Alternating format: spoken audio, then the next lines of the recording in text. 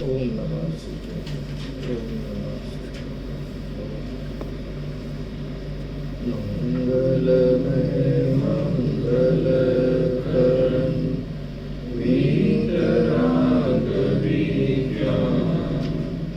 नमो ताहि जाते भये अरहन्तादिमः कलिमंगलकलियो ग्रंथकरणको जाते मिले समाज सब पावे निज पद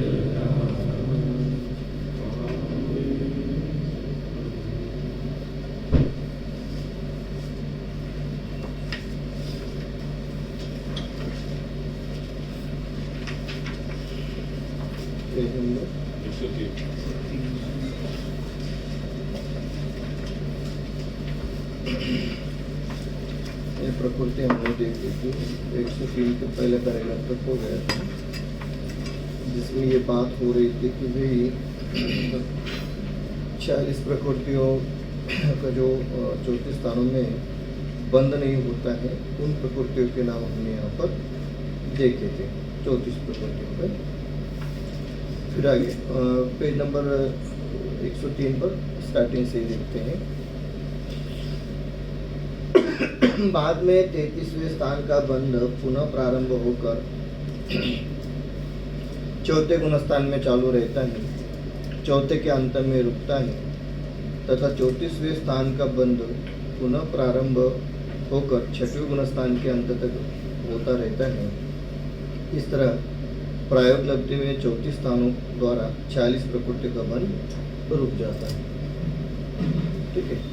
फिर कहते हैं तुम कहोगी चलो बहुत सारी बातें बताई, अब हम प्रायोग लब्धि में ही रहेंगे तो हमारे इन प्रकृतियों का बंध होना रुक जाएगा और हमारा संवर प्रारंभ होगा, क्योंकि 7 तत्वों के प्रकरण में हमने सीखा था कि बंध का रुकना संवर है। बहुत सुंदर प्रश्न है इसमें। क्या कहना चाह रहे हैं? जब प्रायोग लब्धि में ही प्रकृतियों का बंधना रुकना हो रहा है तो इसी में रुकते हैं। क्यों? क्योंकि चौथे गुण स्थान में जाओगे तो फिर कर्म बंध, 6वें में जाओगे फिर कर्म बंध। जब आगे जाकर के वो कर्म बंध होने वाला है, इससे अच्छा यहीं पर रुकते, ये कर्म बंध नहीं होगा, संवर होगा। और 7 तत्वों के प्रकरण में सीखा था कि यदि संवर प्रारंभ होता है तो संवर के बाद निर्जरा और मोक्ष। कहते हैं बेटियों ऐसी भूल कभी मत करना। यदि पाप प्रकृति का बंध नहीं हुआ और पुण्य प्रकृति का बंध हुआ, इसलिए संवर मानोगी, तो जब पुण्य प्रकृति के बदले पाप प्रकृति बंधेगी तब पुण्य प्रकृति का भी संवर मानना पड़ेगा। यहाँ तो केवल आघाती कर्मों के कुछ पाप प्रकृतियों का बंध केवल अंतर मुहूर्त के लिए रुक गया है, और ऐसे प्रायोग्य लब्धि के परिणाम और प्रकृति बंध अवसरण के 34 स्थान तो अभव्यों के भी पाए जाते हैं। तो क्या तुम मानोगी कि अभव्य जीवों को भी संवर होता है? घाती कर्म तो समस्त पाप रूपी है, वे तो निरंतर बनते ही रहते हैं। समझ में आया आंसर? बहुत सरल है। यदि ये जो प्रकृतियों का बंध रुक जा रहा है, 40 प्रकृति का बंध नहीं हो रहा है, उसे यदि हम संवर मानेंगे तो बहुत बड़ी समस्या आएगी। क्यों समस्या आएगी? वो कह रहे हैं कि ये जो भी है ये सारी पाप प्रकृतियां हैं, इनका बंध नहीं हो रहा है, एक बात। दूसरी बात, पुण्य का तो बंध हो ही रहा है, तो फिर संवर कहाँ हुआ? तीसरी बात, यदि पाप प्रकृतियों का रुकना पुण्य प्रकृतियों को बंधना, ऐसी स्थिति में पाप प्रकृतियों का बंधना रुक रहा है, उसे संवर कहोगे तो इसके उल्टा भी तो होगा कि पाप का बंध होगा और पुण्य का बंध होना रुक जाएगा, जो कि स्थिति अभी हमारी होती है। यदि कोई कषय भाव के स्थान में है तो ऐसे समय में मात्र पाप का ही बंध हो रहा है, पुण्य का नहीं हो रहा है। तो क्या ऐसे समय में हम ये कहेंगे कि संवर हो रहा है? सो कहते ऐसा कहना संभव नहीं है, इसलिए ऐसा कहना उचित नहीं है। और तो और दूसरी बात कहते हैं कि प्रायोगलब्धि में जो भी कर्म प्रकृतियां 46 है उनका बंध रुक रहा है, ये तो मात्र घाती कर्म वाली है और उसमें भी मात्र पाप वाली है। कह रहे हैं घाती, हाँ आगे उसके, और ऐसे प्रायोगलब्धि के परिणाम और प्रकृति बंधापसरण के 34 स्थान तो अभव्यों के भी पाए जाते हैं। तो क्या अभव्यों को भी संवर होगा? कहते नहीं, अभव्यों को संवर नहीं होता है, इसलिए इस रूप से संवर मानना ठीक नहीं है। फिर कहते हैं तो क्या तुम मानोगे कि अभव्यों के भी संवर होता है? घाती कर्म तो समस्त पाप रूपी है, वे तो निरंतर बनते ही रहते हैं।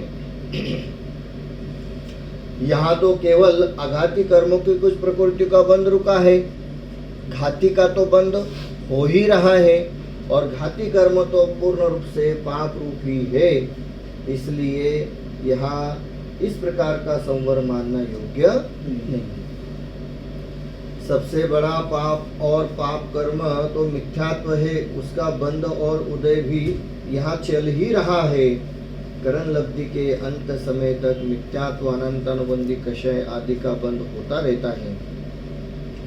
प्रथमोक्षम सम्यक्त्व के पहले समय से उनका बंध तथा उदय दोनों मिट जाते हैं। जो शुद्धोपयोग रूप भाव संवर करता है, तब कर्म में मिथ्यात्वादि 16 और अनंत अनुबंधी आदि 25, इस तरह 41 प्रकृतियों का द्रव्य संवर अपने आप होता है।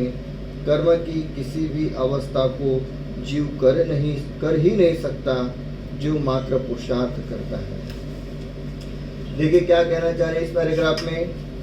कह रहे हैं कि भाई सबसे बड़ा पाप और पाप कर्म तो मिथ्यात्व है, और उसका उदय और बंध तो प्रायोगलब्धि के समय काल में चल ही रहा है, वो तो कहीं रुक ही नहीं रहा है। सो ऐसे समय में संवर मानना ठीक नहीं है। और वो कब तक चलता है? करण लब्धि के अंत समय तक। कौन? मिथ्यात्व और अनंतानुबंधी आदि कषय।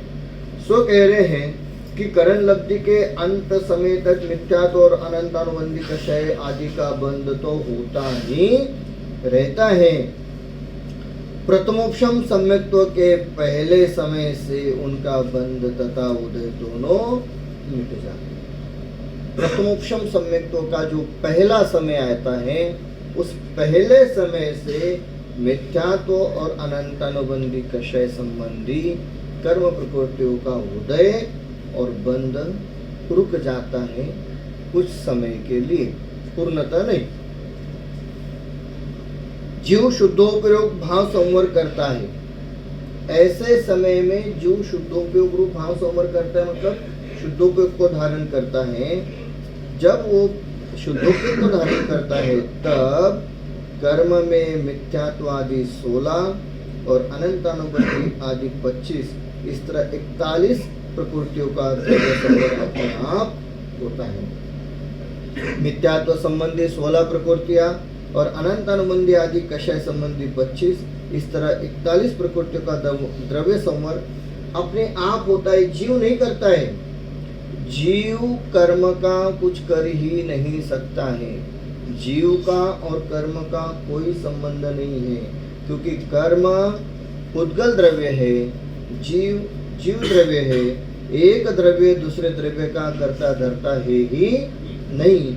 इसलिए कहते हैं जीव मात्र पुरुषार्थ करता है, कर्म का कुछ कर ही नहीं सकता। पुरुषार्थ पर्याय है। देखिए पुरुषार्थ की एक डेफिनेशन दे रहे, बहुत सुंदर। पुरुषार्थ है क्या? कहते पर्याय है। और पर्याय को कौन करता है? कोई नहीं करता है। पर्याय तो अपने स्वकाल में होती ही थे। इस कारण वह स्वद्रव्य के संपूर्ण भाग में होती है, द्रव्य के बाहर नहीं होती, पर द्रव्य में तो होती ही नहीं।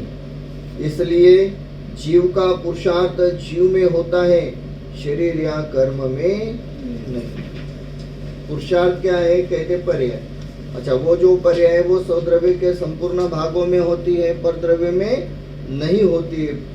अपने द्रव्य के बाहर तो होती नहीं, और पर द्रव्य में होने का कोई कारण ही नहीं है।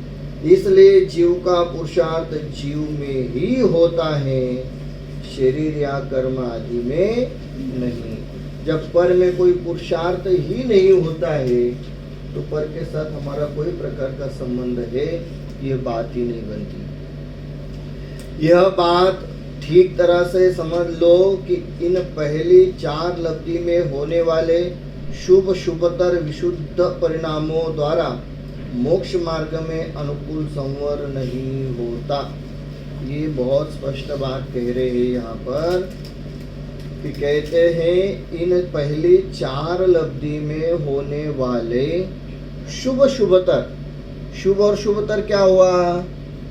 एक तो सामान्य रूप से जो परिणमन हो रहा है वो तो है शुभ, और गहरी विशुद्धता बनी है वो है शुभतर।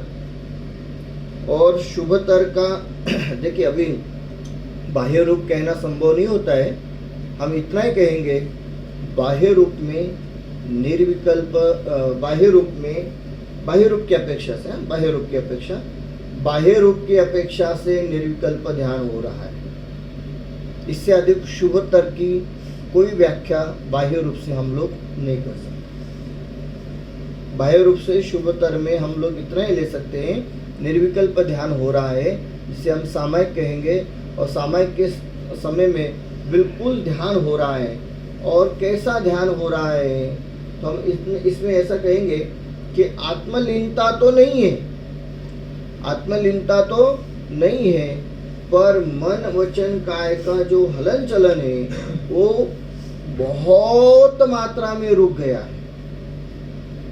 सो ऐसी दशा को हम कहेंगे शुभतर विशुद्ध परिणाम, क्योंकि ऐसी स्थिति को और किसी माध्यम से हम समझ नहीं सकते, क्योंकि ये लब्धियां जो है ये अंतर्मुहूर्त का पूरा परिणमन है, और अंतर्मुहूर्त में जो अधिक से अधिक क्या करेगा? ध्यान करेगा। ध्यान की अवस्था में ये होनी है। सो यही हम लोग उसका बाह्य शुभतर रूप देख सकते हैं। शुभ रूप यदि देखना है तो शुभ रूप देख सकते हैं। कोई व्रत नियम संयम हो रहा है, विशुद्ध रूप से धर्माचरण हो रहा है, ये सब हम शुभ में ले सकते हैं, जिसे हम लोग कहते तथा कथित रूप से द्रव्य रूप धारण करना। अब द्रव्य रूप का क्या अर्थ लेवे? श्रावक, पंचम गुणस्थानवर्ती श्रावक, प्रतिमाओं का धारण, मुनि अवस्था का धारण, ये कौन सा? बाह्य द्रव्य रूप से धारण हो रहा है। ये जो बाह्य द्रव्य रूप से धारण हो रहा है, इन सब को हम लोग शुभ में लेंगे, और शुभ के समय में जो ध्यान अवस्था चल रही है बाह्य रूप से, उसको शुभतर में लेंगे, और ऐसे विशुद्ध परिणामों द्वारा मोक्ष मार्ग में अनुकूल संवर नहीं। बात पकड़ में आई? सॉरी, नहीं, विकल्प रहित नहीं ना। इसके लिए तो मैंने कहा बाह्य द्रव्य रूप से हम निर्विकल्प कह रहे। बाह्य द्रव्य रूप से मन वचन काय का हलन चलन रुक गया है। कौन सा वाला रुक गया है? शरीर से कोई हलन चलन नहीं, वचनों से कोई बोलना आदि नहीं हो रहा है। मन में विकल्प चल रहे हैं, पर वो संसार वाले नहीं है। जो भी विकल्प चल रहे हैं वो आत्मा से संबंधित चल रहे हैं, जिसको शास्त्र में एक नाम मेरे सुनने में आया है, मानस प्रत्यक्ष। मानस प्रत्यक्ष आपने सुना? मानस प्रत्यक्ष, इसमें आई थिंक रत्नाकरण शाहुकाचार्य की कोई चर्चा चल रही थी, उसमें मैंने वो परसों के दिन सुना। मानस प्रत्यक्ष, मानस प्रत्यक्ष का मतलब हम लोग ऐसा लेंगे कि मन में आत्मा का रूप प्रत्यक्ष होना, मन में आत्मा का रूप प्रत्यक्ष होना। तो मन में आत्मा का रूप कौन सा प्रत्यक्ष होगा? शास्त्र के आधार पर जो जो हम आत्मा के बारे में सुनते हैं, समझते हैं, तद्रूप आत्मा की कल्पना करना, वो मानस प्रत्यक्ष। तो इसलिए हम उसको विकल्प वाला तो कहेंगे ही, क्योंकि आत्मलीनता है नहीं, पर द्रव्य रूप से निर्विकल्प कहेंगे। इसलिए क्योंकि कोई संसार के विकल्प नहीं आ रहे हैं, मात्र आत्मा के ही विकल्प चल रहे हैं। जैसे हम लोग किसी विषय में खो जाते हैं, है ना, पढ़ते पढ़ते किसी विषय में खो गए, तो हम कहते अरे आपका ध्यान कहाँ है, तो हमें पता चलता है अरे मेरा ध्यान कहीं और है। तो वो जो टाइम है ना, वो थोड़ा सा, उसको हम कहेंगे निर्विकल्प दशा। अच्छा, वो निर्विकल्प थी या विकल्प वाली थी? तो विकल्प वाली, पर बाह्य रूप से निर्विकल्प वाली। ऐसी स्थिति को हम यहाँ पर शुभतर में लेना चाह रहे हैं, क्योंकि वो जीव पूर्ण रूप से आत्मा के चिंतन में ही मग्न है, पर निर्विकल्प नहीं है, और बाह्य वाले कोई विकल्प भी नहीं। और कह रहे हैं कि ऐसे समय में संवर नहीं होता, ऐसे समय में संवर नहीं होता। तो ये इस लाइन को आप कहाँ तक लेकर के जाना चाहोगे, इस लाइन को? क्योंकि हमने क्रिया वाला जो शुभ परिणाम है ना, वो सबको छोड़ दिया। प्रायोगलब्धि की बात हो रही है, प्रायोगलब्धि में ध्यान के अलावा और दूसरी कोई क्रिया है नहीं।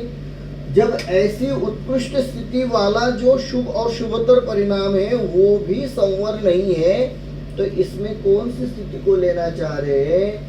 वो द्रव्यलिंगी मुनिराज की उस स्थिति को लेना चाह रहे हैं कि जहां हम शास्त्र में सुनते हैं, पढ़ते हैं कि भाई द्रव्यलिंगी मुनिराज ध्यान के लिए बैठे हुए हो और कोई उनके खाल खींचे, उसके ऊपर नमक छिड़के, मिर्च डाले, तो भी आँख की कोर लाल नहीं होती।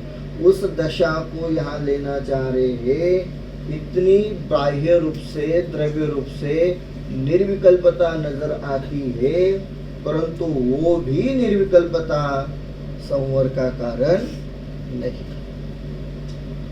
ठीक है, अब समझ में आया, पकड़ में आया कौन से निर्विकल्प शुभ और शुभ परिणाम लेना चाह रहे हैं? यहाँ लिया शुभ शुभतर विशुद्ध परिणामों द्वारा। तो ये शुभ तो ठीक है, समझ में आते हैं, तो शुभतर कौन से होते हैं? तो शुभतर को हम लोग लेंगे ऐसी लीनता कि जहां कोई कितना भी प्रयास करे तो भी उस लीनता से डिगे नहीं, बट आत्मलीनता भी नहीं। ऐसी स्थिति को शुभतर विशुद्ध परिणामों में लेना चाह रहे हैं और कह रहे हैं वो भी कोई संवर नहीं। दूसरी बात, क्या तुम प्रायोगलब्धि में ही रहना चाहती हो या सम्यक्त्व की प्राप्ति करना चाहती हो? इतने में संतुष्ट होकर कुछ पुण्य बांधकर उसका फल कितने काल तक भोगोगी? पुण्य और उसके फल की वांछा में तो मिथ्यात्व पनपता ही रहेगा, उसके बारे में कब सोचोगी? और एक बात, इन चारों लब्धि का प्रत्येक का काल तथा चारों का मिलकर का काल एक अंतर्मुहूर्त ही होता है, अधिक नहीं। दो बातें हैं। कह रहे हैं कि ठीक है, प्रायोगलब्धि में रहना चाहती तो रहो, पर कितने काल तक रहोगी? अच्छा, रहोगी तो मिलेगा क्या? मात्र पुण्य का बंध, और पुण्य ऐसा बांध भी लोगे तो क्या होना है? कितने समय तक ऐसा पुण्य भोगने को मिलेगा? और ऐसे पुण्य को भोग करके भी क्या फायदा? क्यों? क्योंकि उसमें मिथ्यात्व तो पनपता ही रहता है। सो इसलिए ऐसे प्रायोगलब्धि के स्थिति में रहना उचित नहीं है। ये कहाँ से प्रश्न आए एकदम से अचानक से प्रायोगलब्धि वाले? क्या होता है जब आपको ये कहा गया ना कि आपकी 46 प्रकृतियां रोक रही है, तो हो सकता है किसी के मन में प्रश्न आ जाए कि बहुत अच्छी बात है, जब प्रकृतियां रुक रही है तो फिर यही रुकते हैं, कोई हानि तो है नहीं। तो तब कहना चाह रहे हैं कि हानि तो नहीं है पर फायदा भी नहीं है, इसलिए आगे बढ़ना चाहिए। कोई कहेगा कि हम अनेक वर्षों से स्वाध्याय कर रहे हैं, इसलिए इतने सालों से हमारी प्रायोपलब्धि चल रही है, तो ऐसा भी है नहीं। ये हमारे लिए है कि वे अनेक वर्षों से स्वाध्याय करे तो प्रायोपलब्धि में तो चल ही रहे, परिणामों की शुद्धता तो चल ही रही है। कह रहे नहीं, ऐसा भी नहीं है। जिस भाव में संगी पंचेंद्रियपना प्राप्त हुआ वह पूर्ण भाव शोभशम लब्धि नहीं है, परंतु सम्यक्त्व की उत्पत्ति होने योग्य प्रक्रिया जब जब होगी तब तब शोभशम लब्धि होगी, और इसी प्रक्रिया द्वारा सम्यक्त्व ग्रहण करने की अर्थात प्राप्त करने की योग्यता उत्पन्न होगी। योग्यता हुई इसलिए सम्यक्त्व होगा ही, ऐसा नहीं है, परंतु जब सम्यक्त्व होता है तब उसके पूर्व इस लब्धि रूप योग्यता की प्राप्ति अवश्य होती है। एकदम क्लियर है। कह रहे हैं कि भाई जिस भाव में पंचेंद्रियपना प्राप्त हुआ वो संपूर्ण भाव कोई शोभशम लब्धि नहीं है, पर जब सम्यक्त्व का समय होगा, योग्यता होगी और सम्यक्त्व प्रारंभ होना होगा, तब ये शोभशम लब्धि होगी ही होगी। इसी प्रक्रिया द्वारा सम्यक्त्व ग्रहण करने की अर्थात प्राप्त करने की योग्यता उत्पन्न होगी। निश्चित शोभशम लब्धि पूर्वक ही सम्यक्त्व होगा, परंतु संपूर्ण भाव शोभशम लब्धि नहीं है। योग्यता हुई इसलिए सम्यक्त्व होगा ही होगा, ऐसा कोई नियम नहीं है, परंतु जब सम्यक्त्व का समय आएगा तब ये योग्यता अवश्य रहेगी। इसलिए कहते हैं कि ये करण लब्धि से पहले सम्यक्त्व की मान्यता रखना योग्य नहीं है। अब हम प्रकृति, बंधापसरण और बंध की उच्चिति, इनमें जो अंतर है उसे देखेंगे, जो तुम्हारे बंधापसरण में संवर होने की कल्पना भी छूट जाएगी। कहते हैं ये प्रकृति, बंधापसरण और बंध की उच्चिति, ये शब्द कहाँ है? पहले कहा ना प्रकृति बंधापसरण हो रहा है, बंध की उच्चिति हो रही है, तब जाकर के हमारे मन में आया था कि ये दोनों तो एक ही लग रहे हैं। तो मतलब मोटा मोटा तो कहेंगे दोनों एक है, पर दोनों एक नहीं है, दोनों का अंतर समझा रहे हैं। उससे जो संवर की कल्पना इसमें हो रही है, तो संवर की कल्पना भी हमारी छूट जाएगी। क्या कहते हैं? प्रकृति बंधापसरण का स्वरूप तो हमने विस्तार से देखा ही है। विवक्षित गुणस्थान में विवक्षित प्रकृति की बंध की उच्चिति होती है। ऐसा जब कहते हैं तब यह समझना कि उस प्रकृति का बंध उस गुणस्थान के अंत समय तक पाया जाता है, ऊपर के किसी गुणस्थान में नहीं पाया जाता। जैसे मिथ्यात्व प्रकृति की बंध की उच्चिति पहले गुणस्थान में होती है। इसका तात्पर्य यह है कि मिथ्यात्व प्रकृति पहले गुणस्थान में बनती है, दूसरे या आगे की किसी गुणस्थान में नहीं बनती। इस तरह पहले गुणस्थान में कुल 16 प्रकृतियों की बंध की उच्चिति होती है। मतलब जो कर्म प्रकृति जिस गुणस्थान तक बनती है उसकी वहां तक उच्चिति है। यदि वहां से आप निकल गए तो आगे वो कर्म प्रकृति आपके साथ नहीं रहेगी। लास्ट टाइम हम लोग एक एग्जांपल देख रहे थे ना कि भाई आप 5th स्टैंडर्ड में हैं तो कंपलसरी आपको कोई एक सब्जेक्ट रहेगा। एग्जांपल में हम लोग बात करते हैं कि भाई आप 5th स्टैंडर्ड तक है तो कंपलसरी में आपको एक ड्राइंग का सब्जेक्ट रहेगा, 5th स्टैंडर्ड तक रहेगा। 6 में गए तो नहीं, वो छूट गया, अभी नहीं। हाँ, तो ऐसे ही कह रहे हैं मिथ्यात्व कर्म प्रकृति जो है वे पहले गुणस्थान तक रहती हैं या पहले गुणस्थान में उसकी उच्चिति होती है। मतलब मिथ्यात्व के साथ साथ जुड़ी हुई 16 प्रकृतियां पहले गुणस्थान तक रहेगी, उसके बाद आगे रहने वाली नहीं। ठीक है। उसी विवक्षित गुणस्थान में विवक्षित कर्म प्रकृति की उच्चिति मतलब सबकी एक ही गुणस्थान में होती है ऐसा नहीं है। जैसे मिथ्यात्व के पहला गुणस्थान है तो बाकी प्रकृतियों के अन्य अन्य गुणस्थान है। तो जो गुणस्थान का नाम दिया है वहां तक वो कर्म प्रकृति बनती रहेगी। जैसे उस गुणस्थान को अपने पार कर लेगा उसके बाद वो कर्म प्रकृति बनने वाली नहीं। उसी प्रकार अनंतानुबंधी आदि 25 प्रकृतियों की बंध की उच्चति दूसरे गुणस्थान में होती है। इसका तात्पर्य यह हुआ कि वे प्रकृति दूसरे गुणस्थान के अंत तक ही बनती है, अर्थात पहले और दूसरे गुणस्थान में बनती है, ऊपर के किसी गुणस्थान में नहीं बनती। इस तरह हर एक गुणस्थान की बंध स्थिति निश्चित है, उसकी चर्चा हम भविष्य में करेंगे। यहाँ तो हम उन दोनों में अंतर देख रहे हैं। कह रहे एक एग्जाम्पल मिथ्यात्व प्रकृति का दिया, दूसरा भी कषय का दे रहे हैं। उसी प्रकार अनंतानुबंधी यदि 25 प्रकृतियों की बंध की स्थिति दूसरे गुणस्थान में होती है। इस प्रकार इसका तात्पर्य यह हुआ कि वे प्रकृति दूसरे गुणस्थान के अंत तक ही बनती है, मतलब पहला और दूसरा गुणस्थान, अर्थात पहले और दूसरे गुणस्थान में बनती है। कौन? अनंतानुबंधी आदि 25। कौन कौन सी अनंतानुबंधी 25? अनंतानुबंधी, अप्रत्यक्ष अनावरण, प्रत्यक्ष अनावरण, संजलन, ये 16 और आगे की 9 कषय 9 हास्य रति अरति वो 9, तो ये होगी 25। तो ये दूसरे गुणस्थान के अंत समय तक ही बनती है, ऊपर के किसी गुणस्थान में नहीं बंधती, यहाँ तक ही बंधती है।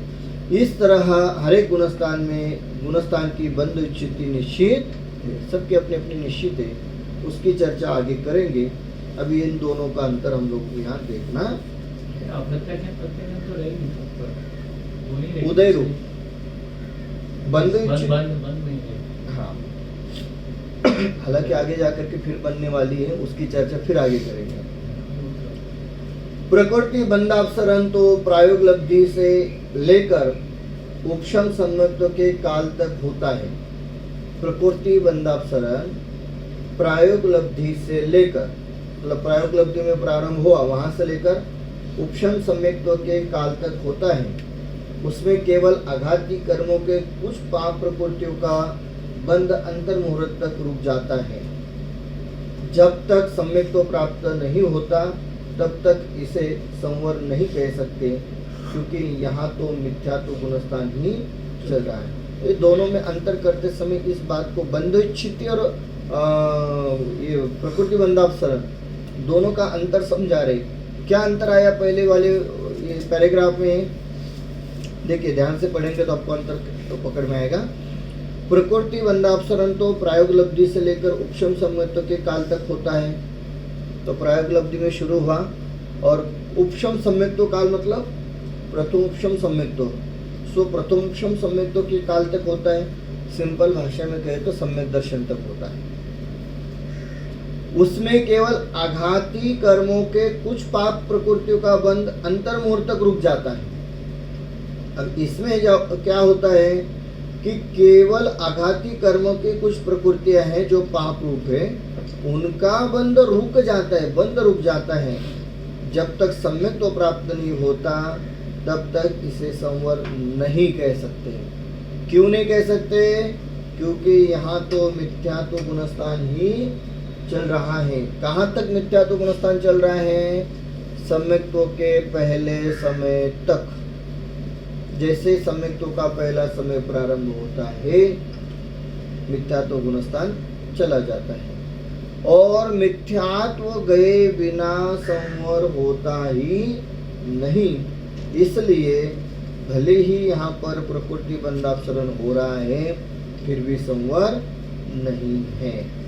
परंतु बंध स्थिति में ऐसा नहीं है। क्यों नहीं है?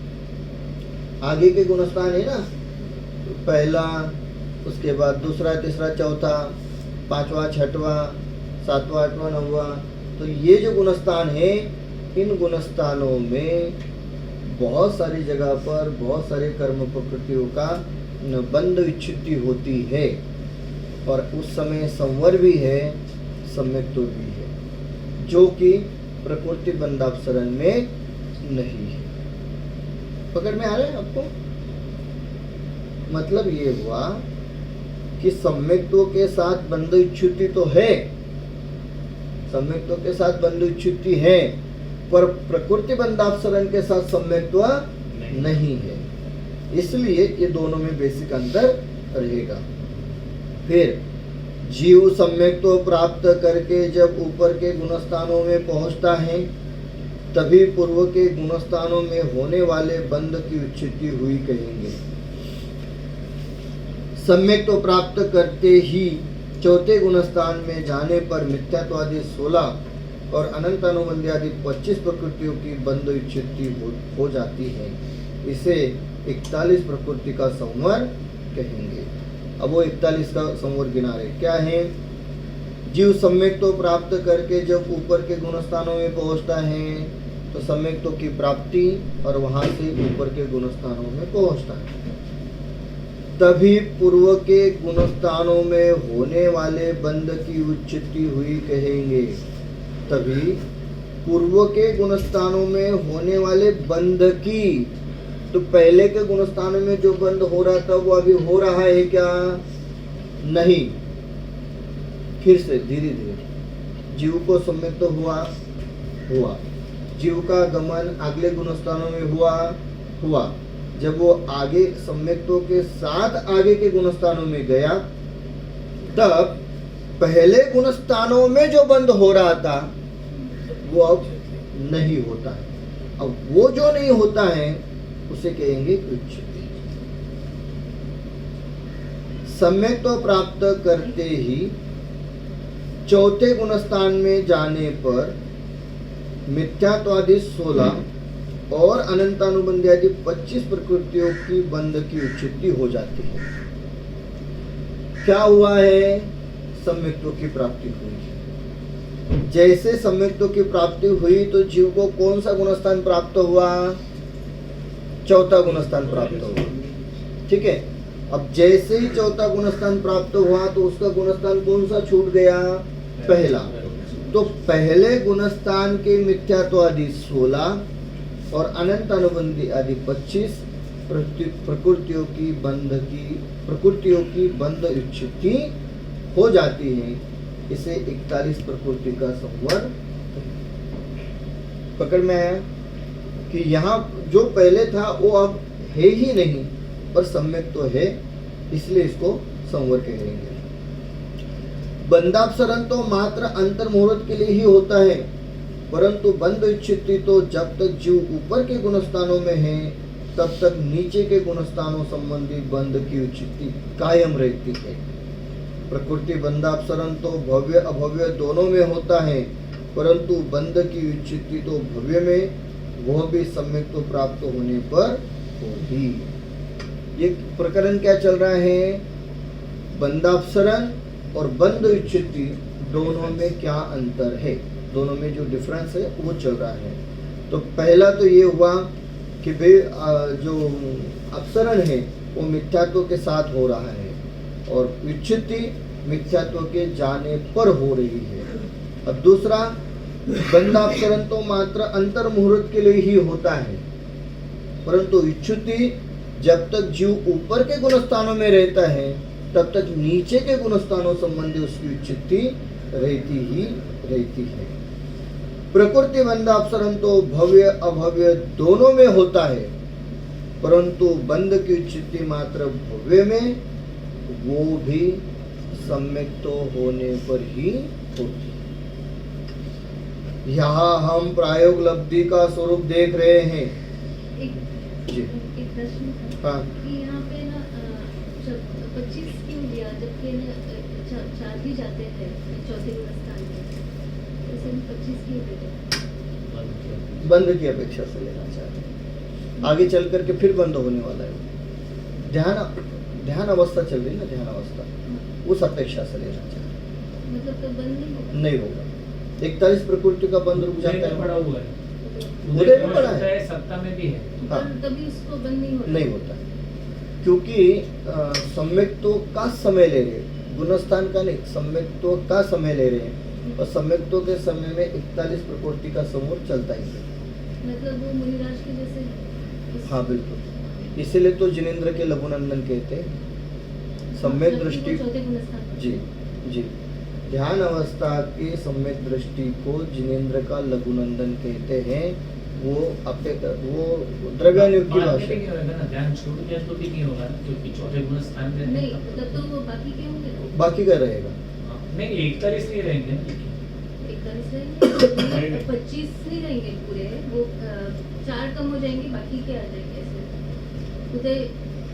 नहीं, बंद में हाँ, नया बंद, नया बंद होगा ना फिर। एक बार है ना ध्यान अवस्था से बाहर आ जाएंगे तो सिर्फ 4 का ही ये होएगा चौथे गुणस्थान। नहीं, ये 25 कषाय नहीं है, इसमें सिर्फ 4 अंधा बंदी कषाय ही है, बाकी का संबंध नहीं होता। अब सब 25 कषाय के बारे में सोचते हैं ना, वो नहीं है 25। तो 41 को देखते हैं। 41 जो ले रहे हैं इसमें 41 संबंधी संवर है। 41 का जो संवर है वो इसमें देखना चाहिए। 41 का संवर क्लियर होगा तो उसमें आपको क्लियर होगा लिस्ट है, है 41 का। तो ये बोलिए तो कहीं और है। बोलिए पढ़कर तो बोलिए 41 तो को। पहले गुणस्थान में 16 प्रकृतियां हैं। हाँ, वो 16 जिसका बंध विच्छेदी हो रही है। वो है मिथ्यात्व, हुंडक संस्थान, नपुंसक वेद, असंप्राप्ता सुपाटिका, सहनन, एकेंद्रिय, स्थावर, आतप, सूक्ष्म, अपर्याप्त, साधारण, द्विंद्रिय, तीन्द्रिय, चतुरेंद्रिय, नरकति, नरकत्यानुपूर्वी, नरकति। ये तो हो गए 16। और जो दूसरे गुणस्थान में 25 का बंध विच्छेदी हो रही है वो है अनंतानुबंधी 4, ध्यान वृद्धि, निद्रा निद्रा, प्रचला प्रचला, दुर्भग, दुस्वर, अनादे, संस्थान में 3, निवृत्त परिमंडल, स्वाति, कुब्जक और वामन संस्थान, 4 सहनन, सब नाम करा अर्धनाराज, नाराज, अर्धनाराज की, और बाकी 7 अप्रशस्त विहाय गति, स्त्रीवेद, नीच गोत्र, तिर्यंश गति, तिर्यंश गत्यानुपूर्वी और तिर्यंश आयु जी। और उद्योग। इसमें हम लोग जो पहले विचार कर रहे थे कि 41 में 25 में 41 में से 16 तो मिथ्यात्व संबंधी और 25 में हम लोग जो सोच रहे थे अनंतानुबंधी, अप्रत्याख्यानावरण, प्रत्याख्यानावरण, संजलन की 4 और 9 कषय संबंधी 9, ऐसी 25 नहीं ली है ना। मूल में अनंतानुबंधी वाली 4 और बाकी जो ली है वो नाम कर्म वाली प्रवृत्ति। सो इसलिए उन 4 का नहीं होगा, बाकी सबका बंध तो हो ही रहा है प्रति समय। सो इस प्रकार से वो कह रहे 41 प्रकृति का संवर कहेंगे। बंधापसरण तो अभी ये क्लियर हो गया। अभी 41 क्लियर होने से आपके सारे प्रॉब्लम सॉल्व हो गए इसमें कि ध्यान अवस्था में जो है 4 अनंतानुबंधी वालों का बंद नहीं हो रहा है, बाकी के जो है 21 उसका बंद नहीं हो रहा है, 16 मिथ्यात्व वाली नहीं हो रही है, परंतु बाकी सबका बंद तो चलेगा। तो ध्यान अवस्था नहीं बोलेंगे, बाद में भी नहीं होगा। हाँ, बाद में चौथे गुणस्थान अपेक्षा में चौथा गुणस्थान अपेक्षा से हम लोग फिर बंधापसरण तो मात्र अंतर मुहूर्त के लिए ही होता है, परंतु बंध स्थिति तो जब तक जीव ऊपर के गुणस्थानों में है तब तक नीचे के गुणस्थानों संबंधी बंध की स्थिति कायम रहती है। तो ऊपर के गुणस्थान में तब तक नीचे की रहेगी। प्रकृति बंधापसरण तो भव्य अभव्य दोनों में होता है, परंतु बंध की स्थिति तो भव्य में वह भी सम्यक तो प्राप्त होने पर ही होती है। यहाँ हम प्रायोपलब्धि का स्वरूप देख रहे हैं। जीव के परिणाम प्रति समय अधिकाधिक विशुद्ध होते जाते हैं।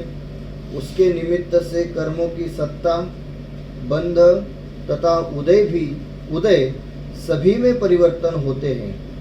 सत्ता में पड़े हुए कर्मों की स्थिति और अनुभाग स्थिति कांडक घात और अनुभाग कांडक घात द्वारा घटता है। नया बंध होता है, उसमें भी स्थिति बंधापसरण द्वारा और विवक्षित प्रकृतियों का बंध प्रकृति बंधापसरण द्वारा घटता जाता है। हमने बंध के 4 प्रकार देखे थे, प्रकृति बंध, प्रदेश बंध, स्थिति बंध और अनुभाग बंध। कह रहे हैं ये जो भी चर्चा चल रही है प्रायोपलब्धि संबंधी, प्रायोपलब्धि का स्वरूप हम लोग देख रहे हैं। जीव के परिणाम प्रति समय अधिकाधिक विशुद्ध होते जाते हैं। ये तो होना ही है क्योंकि वो प्रायोगलब्धि में है और प्रायोगलब्धि का समय भी आगे बढ़ता जा रहा है, तो परिणामों में विशुद्धता है। उसके निमित्त से कर्मों की सत्ता, बंध तथा उदय में भी परिवर्तन होते हैं। तो जो जीव के विशुद्ध परिणाम हो रहे हैं, उस विशुद्ध परिणामों के निमित्त से कर्मों की सत्ता में परिवर्तन आ रहा है, कर्मों के बंध में परिवर्तन आ रहा है तथा उदय में भी परिवर्तन हो रहा है। सत्ता में पड़े हुए कर्मों की स्थिति और अनुभाग स्थिति कांडक घात और अनुभव कांडक घात द्वारा घटता है। तो जो सत्ता में पड़े हुए कर्म हैं, उनकी स्थिति और अनुभाग स्थिति कांडक घात और अनुभव कांडक घात के द्वारा घटता जा रहा है। नया बंध होता है, उसमें भी स्थिति बंध अपसरण द्वारा और विवक्षित प्रकृति का बंध प्रकृति बंध अपसरण द्वारा घटता जाता है। मतलब ये प्रायोगलब्धि में क्या क्या हो रहा है वो कह रहे हैं। प्रायोगलब्धि में सत्ता, बंध और उदय तीनों में परिवर्तन आ रहा है। सत्ता में परिवर्तन जो आ रहा है वो स्थिति कांडक घात और अनुभव कांडक घात के द्वारा आ रहा है, और बंध में नया बंध भी हो रहा है, परंतु उसमें स्थिति बंध और स्थिति बंध अपसरण द्वारा विवक्षित प्रकृतियों का बंध भी प्रकृति का बंध प्रकृति बंध अपसरण द्वारा घटता जाता है। स्थिति में जो परिवर्तन आ रहा है वो स्थिति बंध अपसरण के कारण से आ रहा है, और नए बंध में जो परिवर्तन आ रहा है वो प्रकृति बंध अपसरण के कारण से आ रहा है।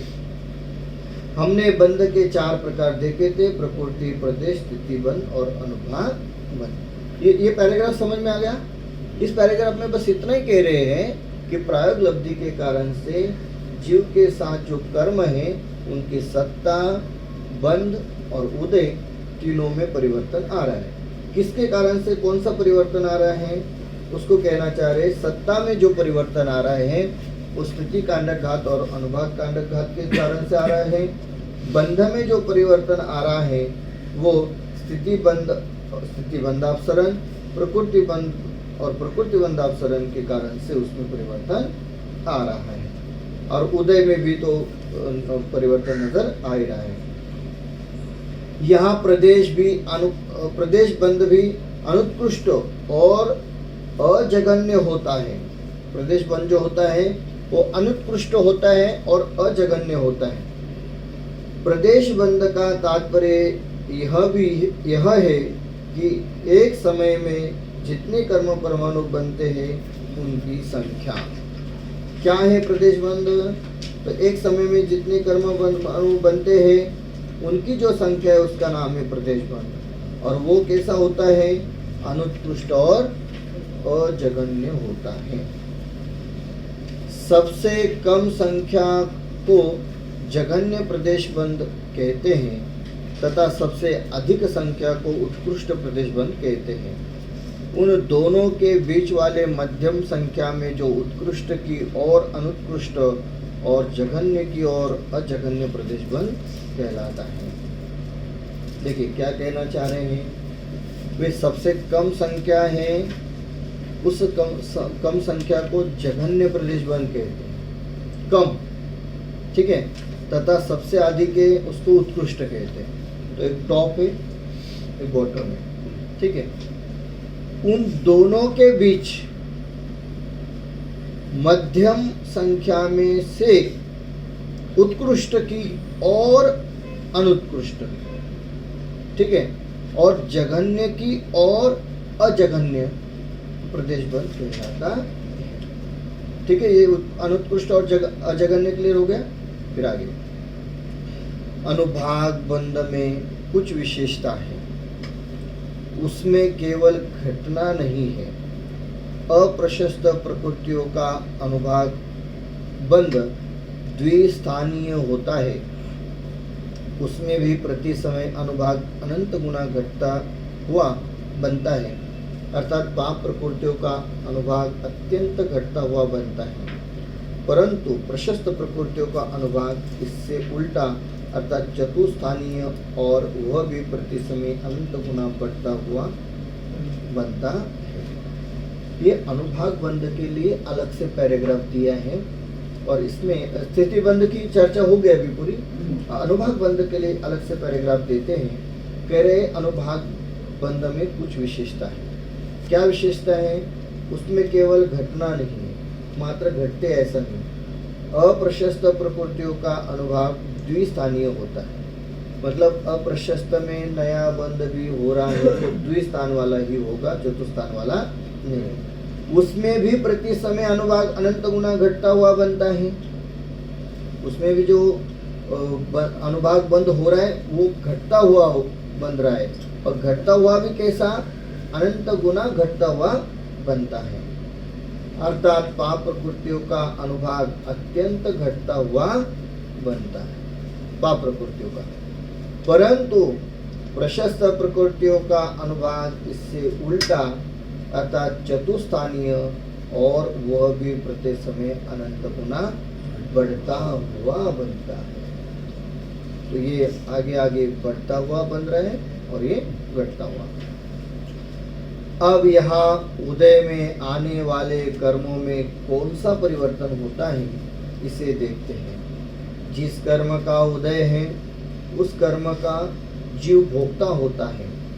उदय तो एक समय में एक ही निश्चित का होता है, इसलिए वर्तमान एक समय के स्थिति वाला एक निश्चित का उदय होता है। अनुभाग उदय में अप्रशस्त कर्मों का द्विस्थान रूप और प्रशस्त प्रकृतियों का चतुस्थान रूप अनुभाग उदय होता है। जीव उनका भोक्ता है।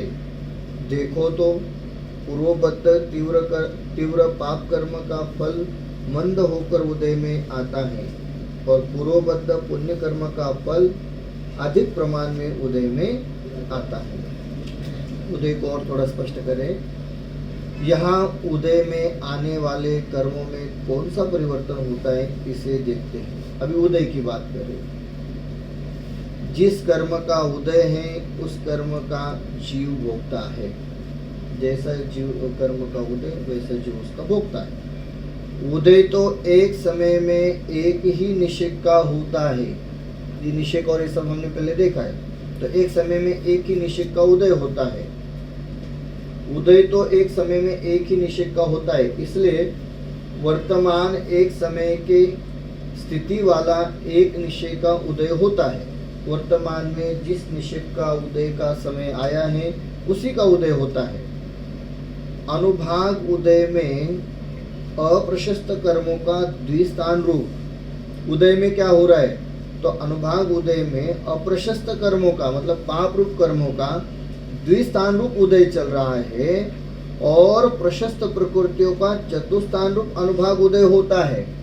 अनुभाग उदय की बात कह रहे हैं कि भाई पाप वाला तो द्विस्थान रूप होगा और पुण्य वाला जो रहेगा वो चतुस्थान रूप रहेगा। तो मोटा मोटा हम कहेंगे उदाहरण के लिए समझने के लिए द्विस्थान और चतुस्थान का क्या होता होगा। कोई जीव ध्यान की अवस्था में बैठा है, श्रावक हो, मुनिराज हो, द्रव्यलिंगी मुनिराज ध्यान के लिए बैठे हुए हैं, तो कोई मच्छर काट जावे या कोई ठंडी गर्मी हवा चल जावे, ऐसा द्विस्थानगत पाप का उदय चल रहा है जो कि उनको ध्यान अवस्था में डिस्टर्ब कर सके, छोटा मोटा। और चतुस्थानगत पुण्य का उदय चल रहा है, तो ऐसे कोई संयोग नहीं बन रहे हैं कि जिसके कारण से उन्हें अपनी ध्यान अवस्था को छोड़ना पड़े, सामयिक अवस्था को छोड़ना पड़े, ऐसा कोई कारण नहीं बन रहा है। तो हम उसमें कहेंगे चतुस्थानगत पुण्य का उदय चल रहा है और छोटा मोटा डिस्टर्बेंस आ रहा है, बहुत हल्का सा जो ना के बराबर है, तो वो द्विस्थानगत उनका उदय चल रहा है। ये मोटा मोटा उदाहरण में हम लोग समझने का प्रयास करें। और इनका स्थान का मतलब तो वो है जो हमने देखा था 4 जी जी जी नीम का अंजीर विष अनार और जी गुड़खांड शर्करा, बराबर। उससे 2 स्थान और 4। हाँ नहीं, कर्म सिद्धांत की भाषा में तो हम लोग वही वाले स्थान ले रहे हैं, पर द्रव्यानुग की भाषा में कैसे समझे उसको मोटा मोटा क्या होता होगा। तो हम कह रहे कि भाई थोड़ा बहुत ठंडी हवा गर्मी हवा चल रही है, मच्छर उच्छर आस पास में घूम रहे हैं, तो ये द्विस्थानगत चल रहा है। और ऐसा कोई उदय नहीं चल रहा है कि जिसके कारण उनका सामयिक ही टूट जावे। बाह्य कोई ऐसे सहयोग नहीं बन रहे हैं, प्रतिकूल सहयोग नहीं बन रहे कि सामयिक ही छोड़ना पड़े, तो अनुकूल सहयोग बन रहे हैं। तो अनुकूल सहयोगों का बनना, हम चतुस्थानगत प्रशस्त उदय लेंगे, अनुभाग उदय लेंगे, और बाकी वाला छोटा मोटा चल रहा है तो वो अप्रशस्त वाला। ठीक है। देखो तो पूर्वबद्ध तीव्र पाप कर्म का फल मंद होकर उदय में आता है। बहुत पहले बांध लेते बहुत ज्यादा। और पूर्वबद्ध पुण्य कर्म का फल अधिक प्रमाण में उदय में आता है। क्या हम ऐसा एक मोटा मोटा उदाहरण ना, शास्त्र का कोई इसमें आधार नहीं है, मोटा मोटा समझने का प्रयास करते हैं। श्रेणिक राजा ने यशोधर मुनि के गले में सर्प डाला तो बहुत तीव्र पाप बंद कर लिया, और थोड़े समय के बाद, कुछ समय के बाद जब वो स्वयं ध्यान के लिए बैठे, सम्यक्तों की प्राप्ति के लिए बैठे, तो उस समय में डिस्टर्बेंस तो हुआ छोटा मोटा, बट पुण्य का उदय तीव्र था, तो वो ध्यान अवस्था कंप्लीट हुई, वो इनकम्प्लीट नहीं रहा, वो सम्यक्तों तक जीव पहुंच गया। वो वाली बात ये कहना चाह रहे हैं। देखो तो पूर्वबद्ध तीव्र पाप कर्म, कैसे तीव्र पाप कर्म थे? 7वें नरक वाले कर्म का फल मंद होकर उदय में आया। वो ऐसा तो उदय में आया, बट सम्यक्तों में बाधा उत्पन्न करे ऐसा उदय में नहीं आया। और पूर्वबद्ध पुण्य कर्म का फल, जो थोड़ा बहुत पुण्य बांधा होगा, किसी की भलाई की होगी, दया धर्म का पालन किया होगा, जो कुछ भी क्या रहेगा, उस फल का फल अधिक प्रमाण में उदय में आता है।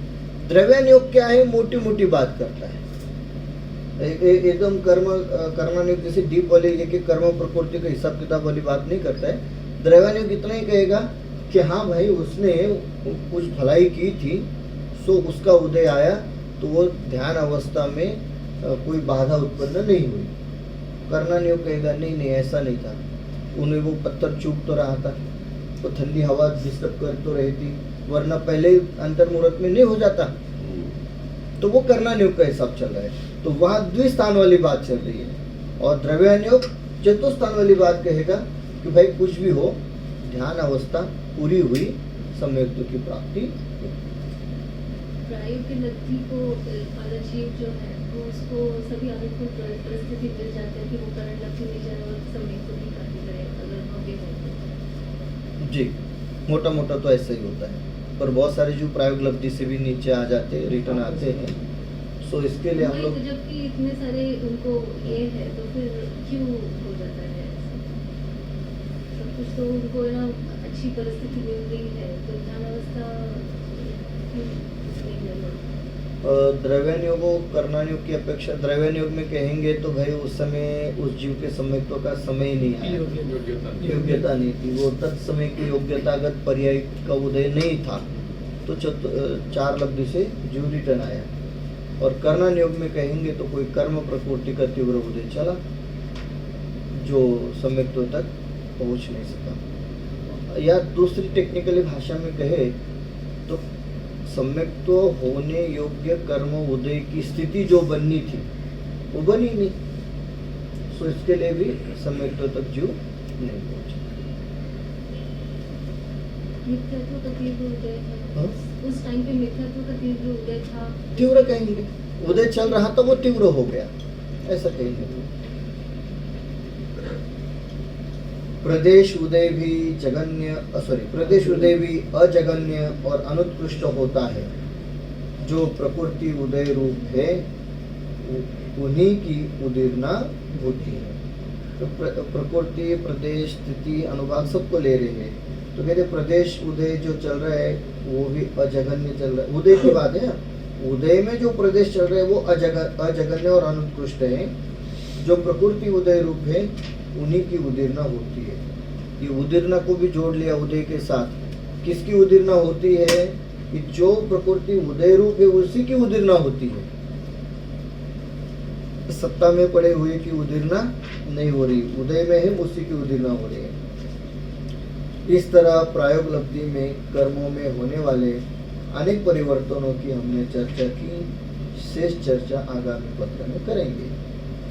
ये आप यदि थोड़ा सा दूसरे एंगल से विचार करेंगे तो प्रायोग लब्धि में सत्ता, बंध, उदय, उदीर्णा, कर्म की जो 10 रूप अवस्था है ना, सबको उन्होंने इसमें ले लिया।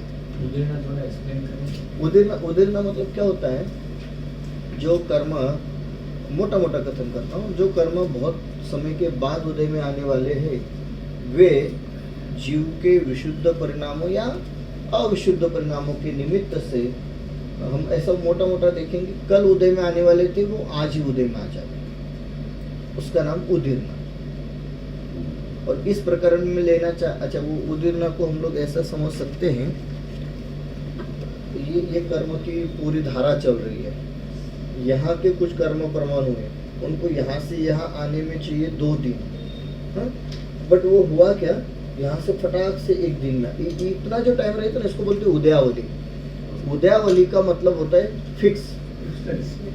अब इसमें कुछ नहीं होगा, ये जैसे वैसे भोगने पड़ेंगे। मतलब ये हुआ कि अगले 2 मिनट के बाद तीर्थंकर प्रकृति का उदय होगा, समोशरण बंधेगा, तो 2 मिनट पहले पत्थर जलने तो जलने ही है, इसका नाम उदयावली। उदयावली में फिक्स हो गया, जलना है तो जलना है।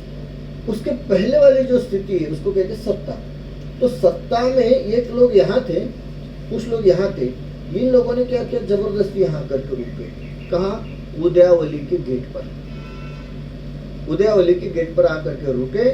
कितने लोग थे? 50 लोग थे, और 50 के 50 ने एकदम से उदयावली में एंट्री कर ली, तो उदयावली में हो गए बहुत सारे कर्म परमाणु। तो ये 50 थे ना, ये फिर उदयावली में आकर के उदय में आए, तो हमें जो इफेक्ट दिखेगा वो 50 वालों का दिखेगा। उदाहरण में बिल्कुल अच्छे खासे, मतलब हम कह सकते यहाँ से नीचे उतर रहे थे, मंदिर जा रहे थे, कुछ ने अचानक से पैर फिसल गया, कोई कारण नहीं, गिर गए, पैर टूट गया, इसका नाम हुआ उदीर्णा। इसका नाम हुआ उदीर्णा। कैसे? जो बहुत सारे पहले थे वो फटाक से उदय में आ गए, और एक आपको ऐसा फल दे करके गए कि जो आपको मोटा मोटा दिख रहा है, कि पैर फ्रैक्चर हो गया, उसको कहेंगे उदीर्णा। जो बहुत समय के बाद उदय में आने वाले थे, फिर धीरे धीरे फल देने वाले थे, वो सब एक साथ उदय में आए और एक साथ फल दे करके गए समय से पहले, उसका नाम उदीर्णा। और इस प्रकार में जो उन्होंने उदीर्णा ली ना, वो उदीर्णा, वो उदया वाली उदीर्णा को लिया, ये वाली उदीर्णा को नहीं लिया। उन्होंने कहा ना, उदय रूप ही कर्म प्रदेशों की उदीर्णा होगी। उदय रूप, तो उदय रूप कौन? जो उदयावली में है वे, और उनकी उदीर्णा हो रही। तो उनकी उदीर्णा क्या होगी कि ये उदयावली का टाइम पीरियड रहता है अंतर मुहूर्त, तो जो पहला था, यहाँ पहले नंबर पर था, वो 10वें नंबर पर आ गया। इतना है, अंदर ही अंदर में चेंज कर लिया उन्होंने, तो उससे कोई खास फर्क पड़ना नहीं है, क्योंकि उदयावली में जो होना है वो होना ही। ठीक है, इस प्रकार से ये प्रायोग लब्धि तक की हमारी चर्चा पूरी हुई है। अब करण लब्धि की चर्चा है, वो हम आगे इसमें करेंगे। अधकरण, अपूर्वकरण, अनुवृत्तिकरण आदि की चर्चा करेंगे, और बहुत विस्तार से करण लब्धि की चर्चा इसमें देना चाह रहे हैं। और उसके बाद ये तो पूरा इसमें